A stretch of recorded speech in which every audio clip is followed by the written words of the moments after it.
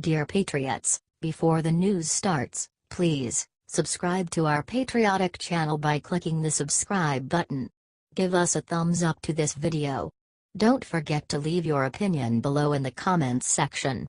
Share the news on Facebook and Twitter so you friends see it. Thank you. Trump ups egomaniac Bernie, he'll run in 2020 even if he's in a wheelchair. One factor that helped outsider businessman Donald Trump win the 2016 election was that liberal voters were so divided. Bernie Sanders and Hillary Clinton did not see how much harm they were doing to each other by relentlessly attacking each other during the primaries. Sanders did not give up even after his reasonable window of opportunity to overtake Hillary had long ended. As a result, many loyal Sanders supporters ended up deciding to vote for Trump or not vote at all instead of voting for Clinton. Donald Trump recently predicted that Sanders is so egomaniacal that he will likely run for president again in 2020, even though he will be 79 years old at the time. Trump said that Bernie would even run against him if he was in a wheelchair. Trump also surveyed the larger, uninspiring list of low-wattage, damaged goods Democrats who are likely to challenge him as an incumbent, and was not impressed. Said Donald, "Who is going to run against me in 2020? Crooked Hillary? Pocahontas?" Trump is already working to knock out Warren before she has a chance to gain any traction. He recently told some Navajos at a Native American event, "You were here long before any of us were here. Although we have a representative in Congress who they say was here a long time ago. They call her Pocahontas." This clearly triggered hypersensitive Liz, who whined afterward, "It is deeply unfortunate that the President of the United States cannot even make it through a ceremony honoring these heroes without having to throw out a racial slur." Do you think Trump will have an easy time defeating self-important Bernie Sanders and dim-witted fraud Liz Warren in 2020?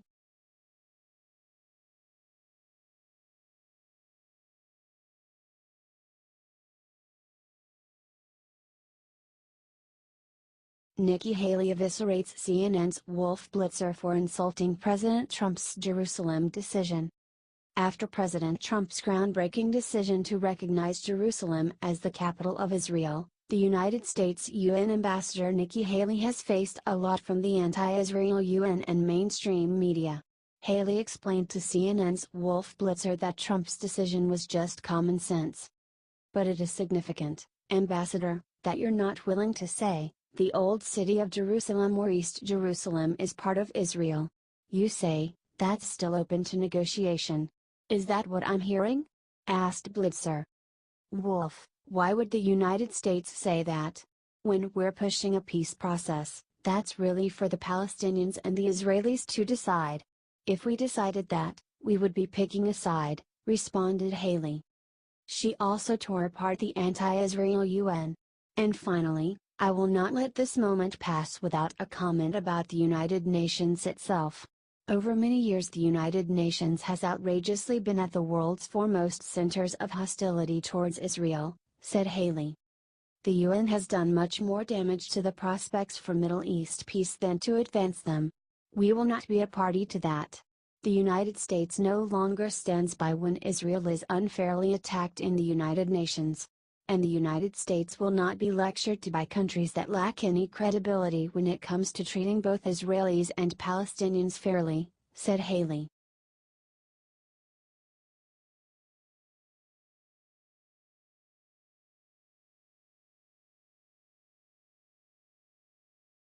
Transgender weightlifter argues that it's demeaning to think it's unfair to beat women.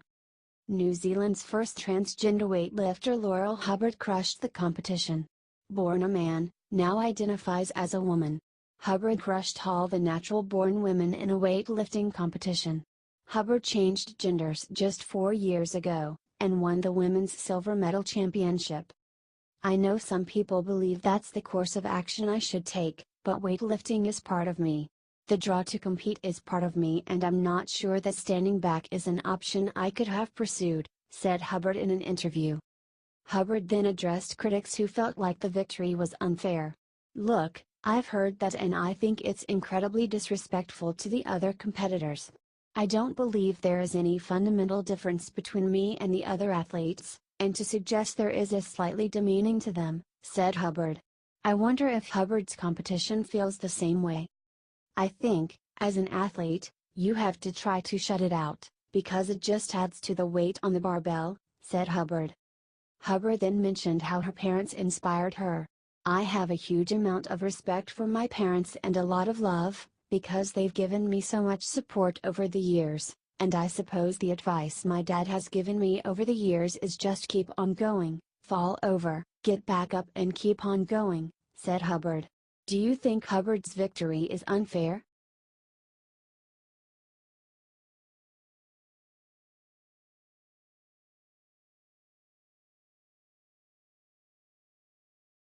Sounds like something out of a novel. Joy Reid mocks Christian beliefs about Israel. Joy Reid brought on author Frank Schaeffer to mock Christian beliefs as a reaction to Trump's decision to recognize Jerusalem as Israel's capital. That sounds like something out of a novel.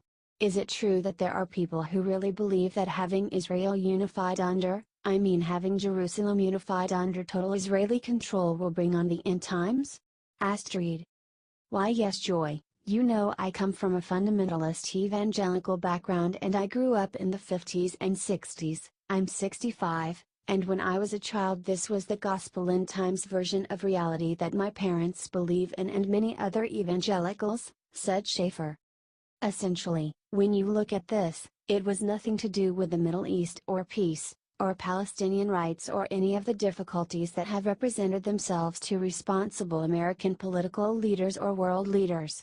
This was all about what we're so familiar with Donald Trump and his nepotistic plan, throwing a little red meat to supporters and to big donors, said Schaeffer.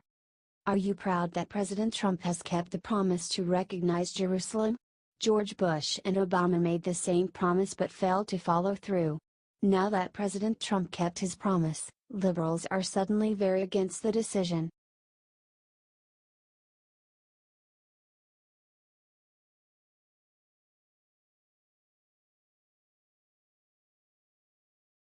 But inside I was shaken, Sarah Silverman exposes trauma she experienced after seeing an American flag. Liberal comedian Sarah Silverman shared a story of a traumatic experience she went through. Seeing a waving American flag.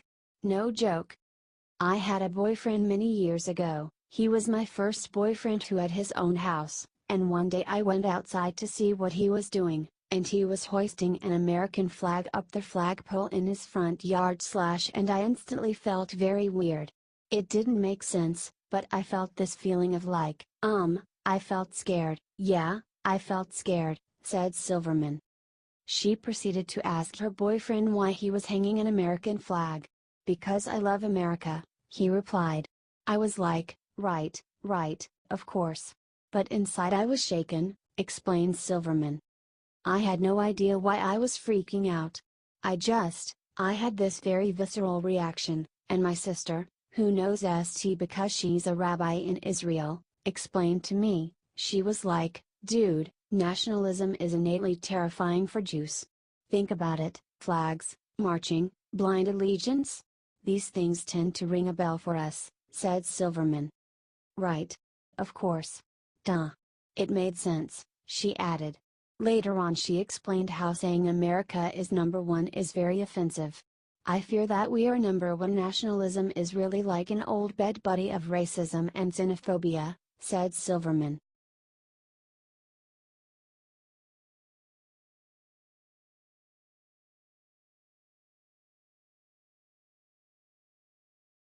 Chelsea Handler releases video mocking Sarah Sanders' appearance, she pays for it. Chelsea Handler continued her relentless assault on Sarah Huckabee Sanders' appearance. She recently made headlines for saying that Sanders wears whore lipstick. Handler is a feminist, except for when it comes to conservative women it seems. Get the Sarah Huckabee Sanders look at Fortune funny. New at Chelsea Show Friday, tweeted Handler. She shared a video of a woman doing a Sarah Huckabee Sanders makeup tutorial. The point of the video was to mock Sanders' appearance. Glad to see how much of a strong feminist you are, by promoting positive body image of other females, responded one user to Handler sarcastically. Handler responded. This woman deserves to be taken down. She is pure evil, she tweeted. Mike Huckabee commented on handler's insults to his daughter's appearance. I'm surprised that there were not women on the left who at least had the decency to call her out for this. I know you're probably expecting me to be very angry about it, but truthfully, when I read what she said and then I watched it, I felt sorry for handler, said Mike Huckabee. She seems like a very angry and bitter person. Look, she's almost as old as me.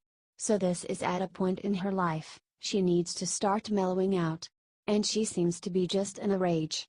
The sad thing about it, she boasts about the 2 abortions she had at 16. I think in many ways she's jealous of my daughter, said Mike Huckabee.